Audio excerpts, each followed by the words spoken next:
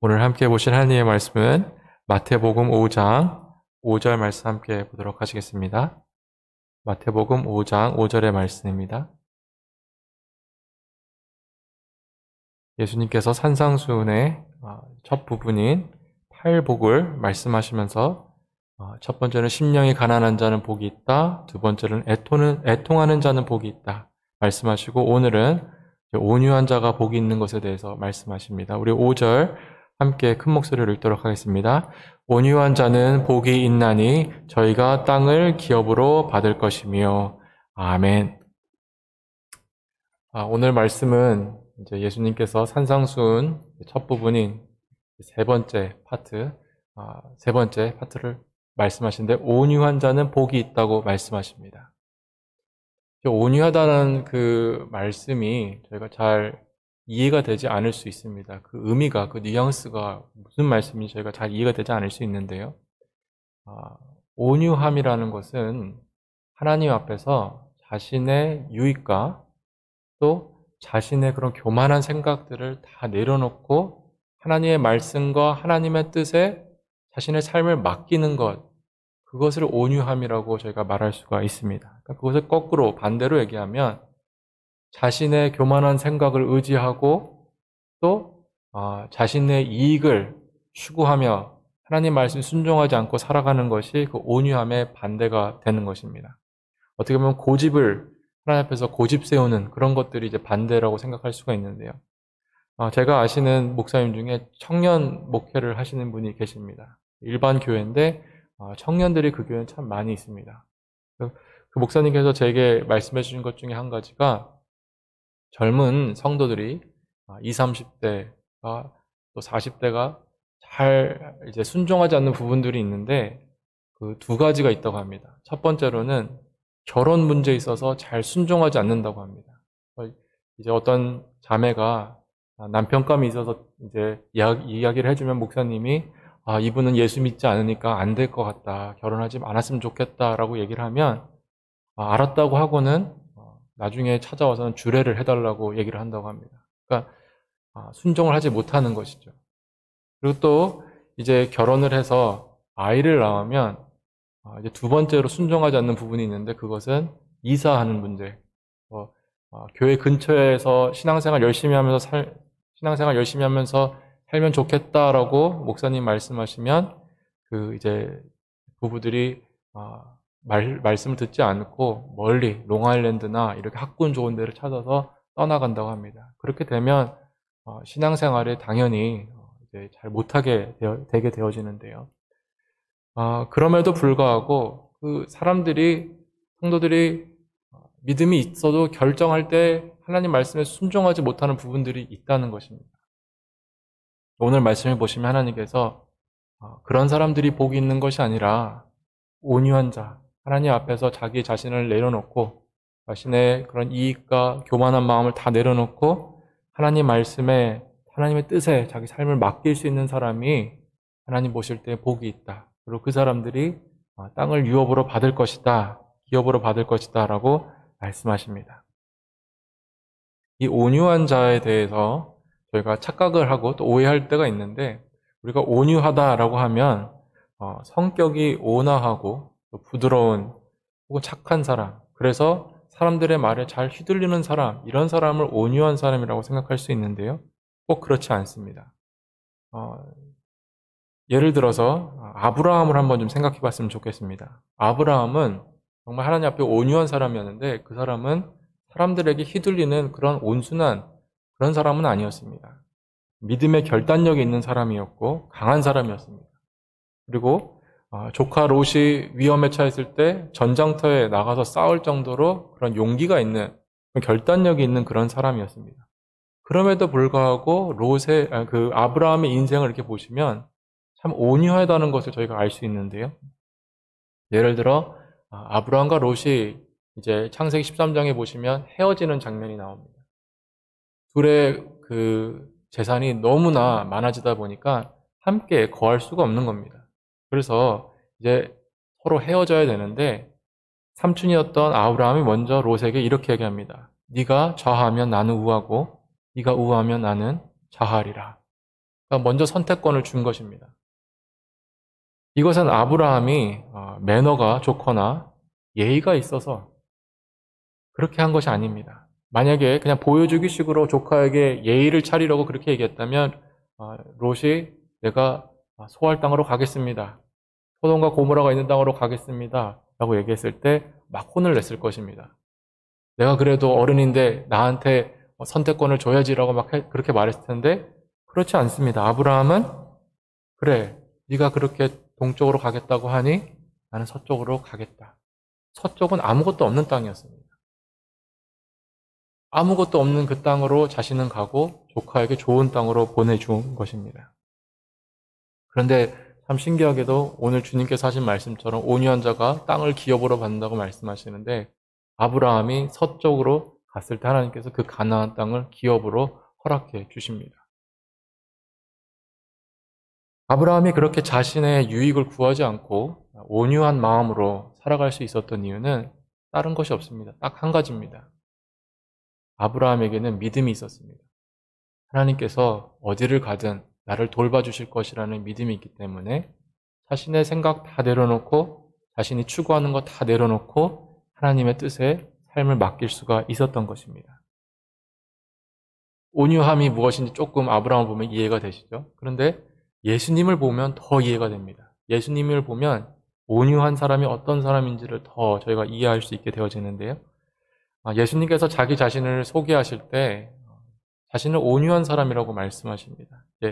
마태복음 11장 28절 여러분 잘 아시는 말씀인데요. 수고하고 무거운 짐 진 자들아 다 내게로 오라 내가 너희를 쉬게 하리라 말씀하시고 29절에 예수님께서 나는 마음이 온유하고 겸손하니 라고 말씀하십니다.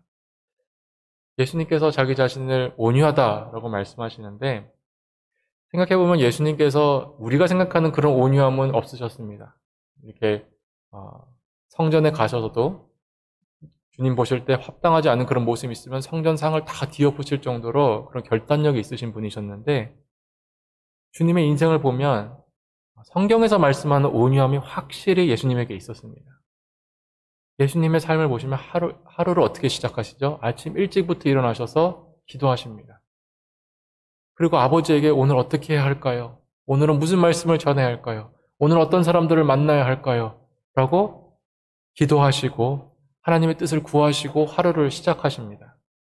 예수님이 어떤 분이십니까? 예수님은 하나님이십니다. 우리가 삼위일체를 잘 아는 것 같이 예수님은 하나님이시고 모든 것을 아시는 분이십니다. 그럼에도 불구하고 아버지의 뜻에 자기 자신을 다 맡기십니다. 얼마 전에 저희 막내가 저에게 질문을 한 겁니다. 저에게 아빠, 예수님은 집이 있었어요? 그러더라고요. 예수님은 집이 있었어요. 그래서 제가 가만히 생각해 보니까 예수님은 머리 둘 곳도 없다고 말씀하시지 않으셨습니까? 여우는 굴도 있는데 인자는 집 없다고 말씀하셔서 예수님은 집이 없었다라고 말을 하니까 저희 딸이 그럼 예수님은 홈리스였네요 라고 말을 하더라고요. 가만히 생각해 보니까 그 말이 맞습니다.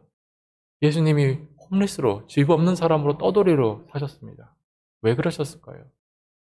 예수님의 직업은 원래 목수셨습니다. 원하시면 언제든지 집을 만드셔서 편안하게 인생을 사실 수 있었습니다. 그러나 예수님께서 그렇게 살지 않으셨던 이유는 아버지의 뜻에 자기 자신을 완전히 맡기셨기 때문에 그렇습니다. 아버지의 뜻이 그것이 아니기 때문에 자신의 편안함을 다 내려놓으신 것입니다. 그리고 끝내는 아버지 말씀에 순종하셔서 자신의 목숨까지도 우리를 위해서 아낌없이 십자가에서 다 내어주셨습니다. 그 은혜로 말미암아서 예수 그리스도의 그 은혜로 말미암아서 우리도 구원을 받게 되지 않았습니까? 그래서 저희에게 사람들이 온유함이란 무엇이냐라고 물어본다면 저희는 손가락을 들어서 십자가를 가리게 합니다. 온유함이 무엇입니까? 라고 물어보면 저 십자가를 보시면 온유함이 뭔지 알 수 있습니다. 라고 저희가 말할 수 있습니다. 자신의 생각과 자신의 추구하는 그런 것들, 이익들, 그런 것들을 하나 앞에서 다 내려놓고 하나님 목숨도 내놓으라고 하시면 목숨까지도 내놓을 수 있는 그 겸손하고 낮아진 마음, 그것이 바로 온유한 마음이고 예수 그리스도를 볼 때 그 온유함이 무엇인지를 저희는 깨닫게 되어집니다. 사랑하는 성도 여러분, 저와 여러분은 예수님과 같은 완벽한 그 온유함을 이룰 수 없는 사람들입니다. 하지만 예수 그리스도께서 우리를 위해서 죽어주심으로 우리를 하나님 자녀 만들어주시고 그리고 또한 성령님을 우리 안에 부어주셨습니다. 그래서 우리같이 부족한 사람들을 온유한 사람들로 불러주시고 그렇게 살 수 있도록 도와주십니다. 정말 예수 그리스도를 믿는 사람들, 진짜 하나님 나라에 속한 사람들은 온유한 사람들이라는 것을 저희가 살면서 신앙생활하면서 보게 되어지는데요. 동산교회 안에도 온유한 분들이 있습니다. 참 그런 분들을 많이 보게 되어지는데요. 어떤 성도님들은 코로나 때문에 경제가 좋지 못한데 혹시나 교회가 어려워질까 해서 그 없는 돈을 다 내어서 헌금하시는 분들이 계십니다. 하나님 뜻이 그것인 것을 알기 때문에 그렇게 자기 자신을 헌신합니다.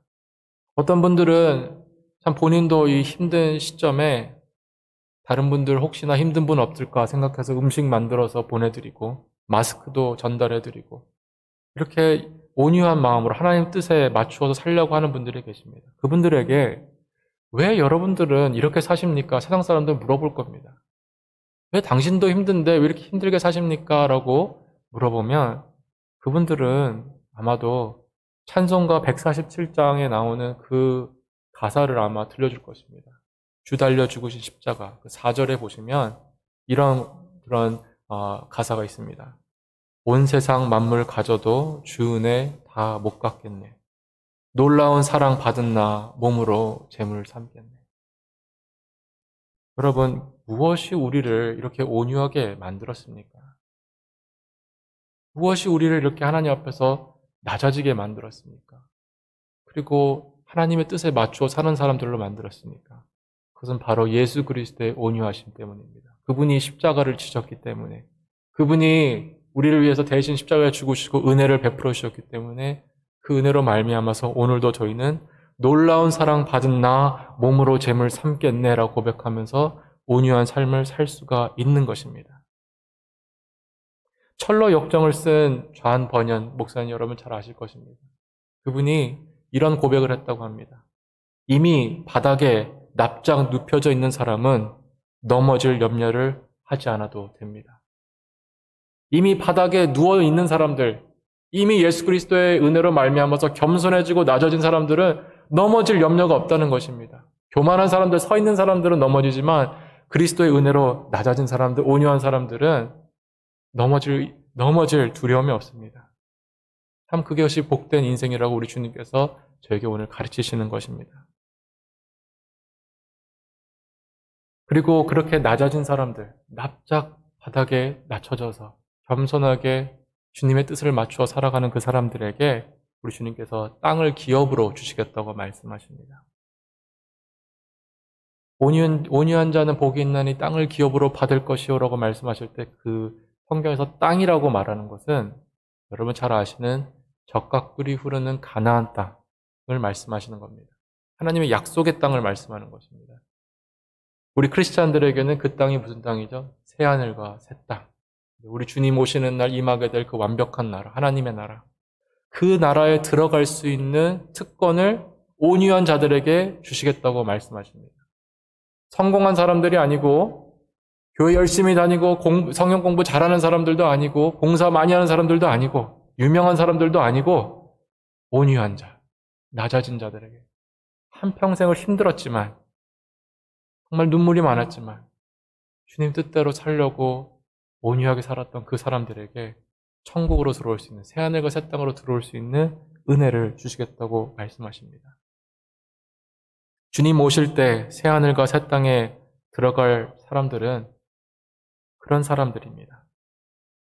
세상에서는 가난했고 핍박도 많이 받았고 자신의 뜻대로 이루어진 것이 많이 없었고 눈물도 많이 있었지만 주님 만날 때 주님 그 은혜에 감사해서 주님 은혜로 내가 한평생 살았습니다라고 고백할 수 있는 그 사람들이 땅을 유업으로 받게 되어지는 것입니다.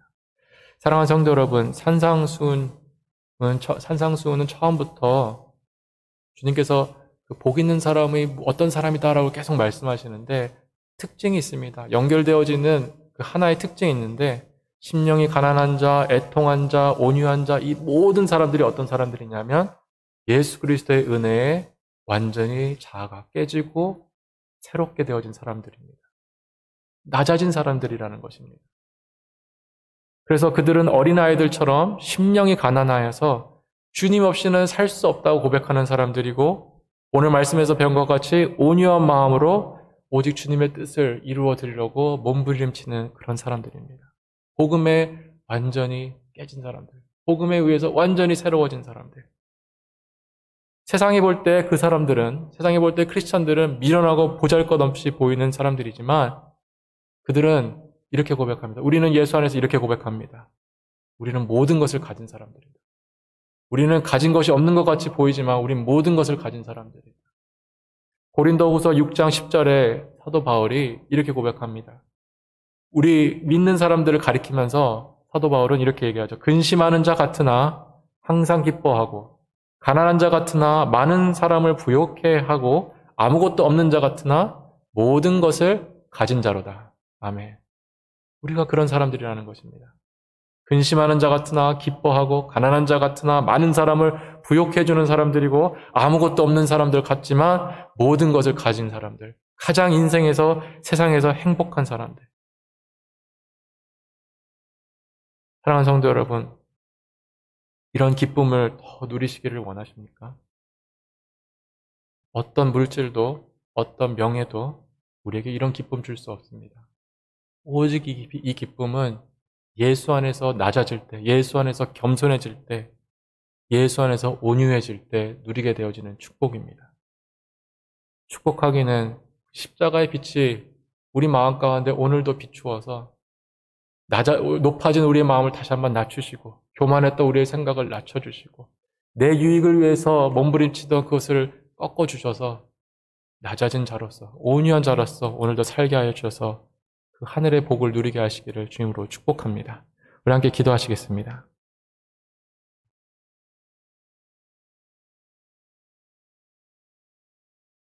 거룩하신 하나님 아버지 감사합니다. 오늘 주신 이 귀한 말씀, 온유한 자가 되라고 말씀하신 것, 겸손하여지라고 낮아지라고 하신 그 말씀 오늘 붙들게 하여 주시고 십자가의 빛 아래에 서게 하여 주셔서 그 강력한 그 예수 그리스도의 은혜의 빛 아래서 낮아지며 순종하며 온유해지며 겸손히 순종할 수 있는 저희가 될 수 있도록 인도하여 주시옵소서. 거룩하신 주님, 우리가 주님 앞에서 믿는다, 순종하겠다 말하지만 때로는 우리의 생각이 올라올 때가 너무나 많이 있습니다.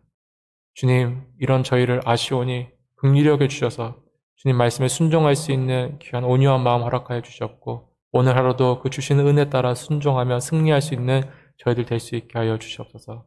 저희뿐만이 아니라 동사한교회에 있는 모든 식구들, 우리 어린아이에서부터 우리 작년에 이르기까지, 노년에 이르기까지 주님만 바라보며 살아갈 수 있는 저희 되게 하실 줄을 믿고 우리 주 예수 그리스도로 간절히 기도했습니다. 아멘.